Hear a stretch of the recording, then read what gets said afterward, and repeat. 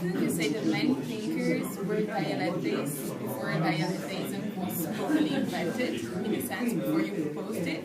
And would you try to give a genealogy of all the thinkers that ever preceded dialetheism in a sense, or at all?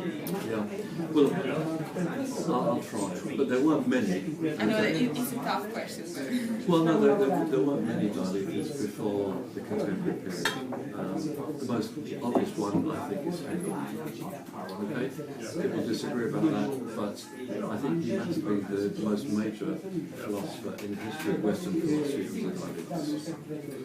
After that, it's harder to find them. But clearly, some of the pre-Socratic thinkers were dialectics. And we know that because Aristotle attacked them.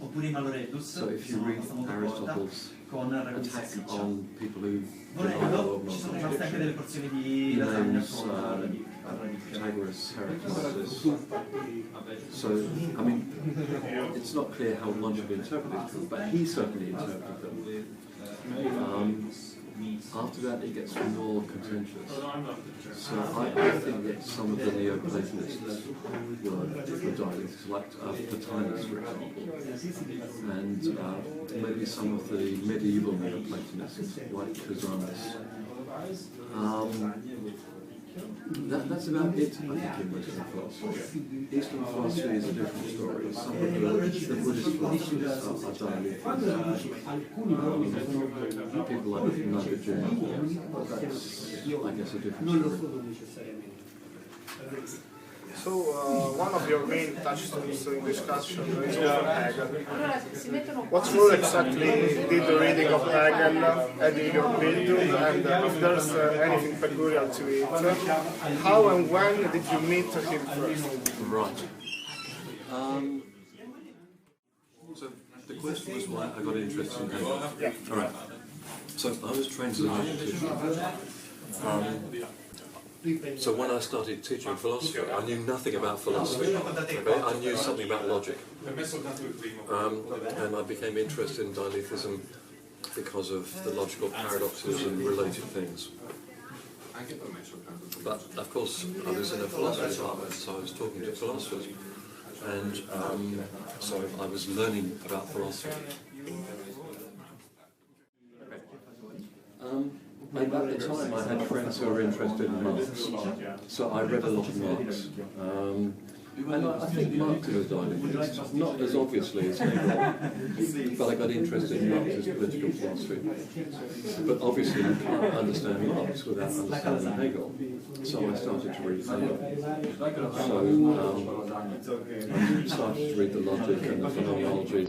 It's very, very difficult to understand. I don't know how you guys do it, but I can read Hegel, and for 10 pages I have absolutely no idea what's going on. And suddenly there's a paragraph which is clear and lucid, and you think, my God, this is insane. So I wish I understood more of Hegel, but I've always looked to Hegel for inspiration.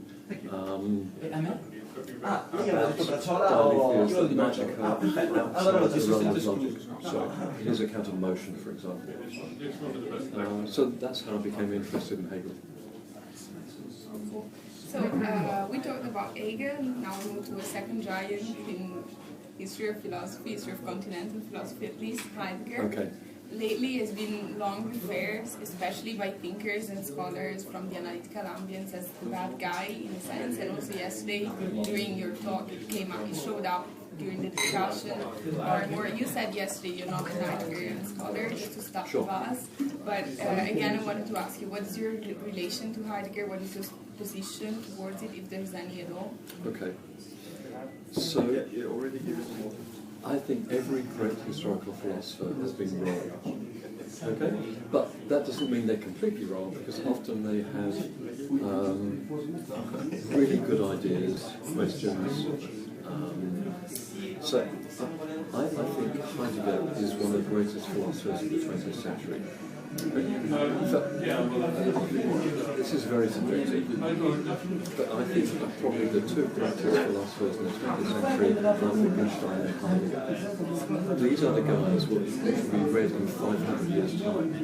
I think in the same way that you now read Hume or Kant or Aquinas. So again, I knew nothing about Heidegger until some friends of mine said, well, he may have some ideas which are kind of similar to some of your ideas. So I started reading Heidegger. And I mean, the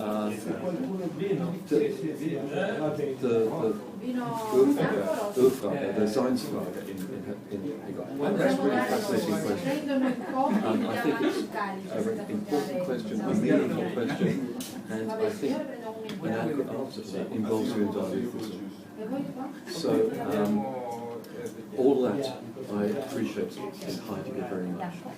The existentialism, not so much. I mean, all this is about the angst and the fear of death. Well, you know, I don't see life that way myself. So, as I said, I mean, no great philosopher gets it all right. But most great philosophers had good things you can learn from. Dialectism is a doctrine that seems, loosely speaking, to have openness and hospitality.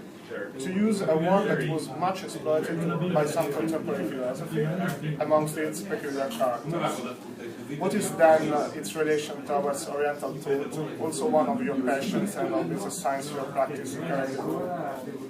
And mostly, could one see dialectism as a way, as part of socio-political battle for tolerance and integration? Finally, put this aside, do you see any other political implication for your doctrine?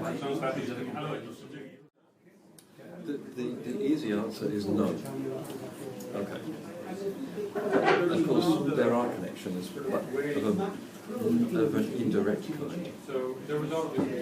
So, I think if you're a Hegelian, then dialectism is very important. I mean, I think Hegel is a dialectist, but of course there's lots more to Hegel than that. But if you don't understand Hegel's dialectics, you don't understand Hegel. So any political philosophy which employs Hegel, I think dialectism is relevant. But I mean, I'm not Hegelian when it comes to political philosophy, so I can't think that's something that's important for me. What is more important to me is the connection between dialectism and Buddhism. So I'm not a Buddhist either, but I have an interest in Buddhist metaphysics. And I think to understand many of the later Buddhist metaphysicians, we can understand dialectism because they were dialectists. So there's a direct relevance between dialectism and Buddhist metaphysics. Okay, that's not political. However, of course, there's a connection between Buddhist metaphysics and Buddhist ethics, and ethics is closely related to politics. So, I'm sympathetic to Buddhist ethical views and their political implications. And again, there is much more than Buddhist metaphysics than simply dialectism. But like Hegel, I think if you don't understand that they're dealing with dialectism, you won't understand the rest. So the political consequences of dialectism are not direct, but they go through several different levels of metaphysics, ethics, and at each stage there's a lot more going on. But if you go wrong at the first step, then you go wrong. Okay, one very last question. We have posted in our blog a post on the controversy on research funding that has been going on in Australia after Jamie Green's declaration in September. And he designated some fields of philosophical research, especially philosophy of religion or physics, as ridiculous things, and the controversy then extended to the whole of humanity. What's your position, if you had any, in the debate that has been going on in Australia? And I think that there's behind his convictions, political convictions, definition of jellyfish and all those that think that humanities are not something very founding. I think that there's not just economical values and political matters, but also a metaphysics, like a way of seeing the world that can be changed. So I think those remarks were to be badly made, they're ill-judged.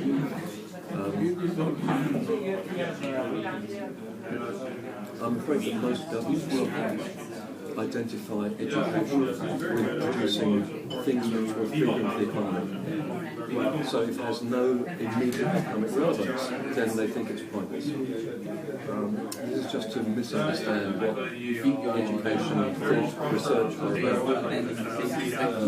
Because there are many things which are important in an education, many things which are important to think about, not because they have immediate economic consequences, but because they're important for life. And you cannot reduce life to just making money. Okay?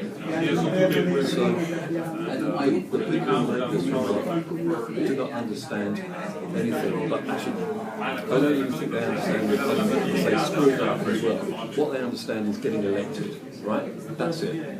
So they say things which they think will get elected. But, you know, they think that the economy is important. So that they have tunnel vision. That's all they think about.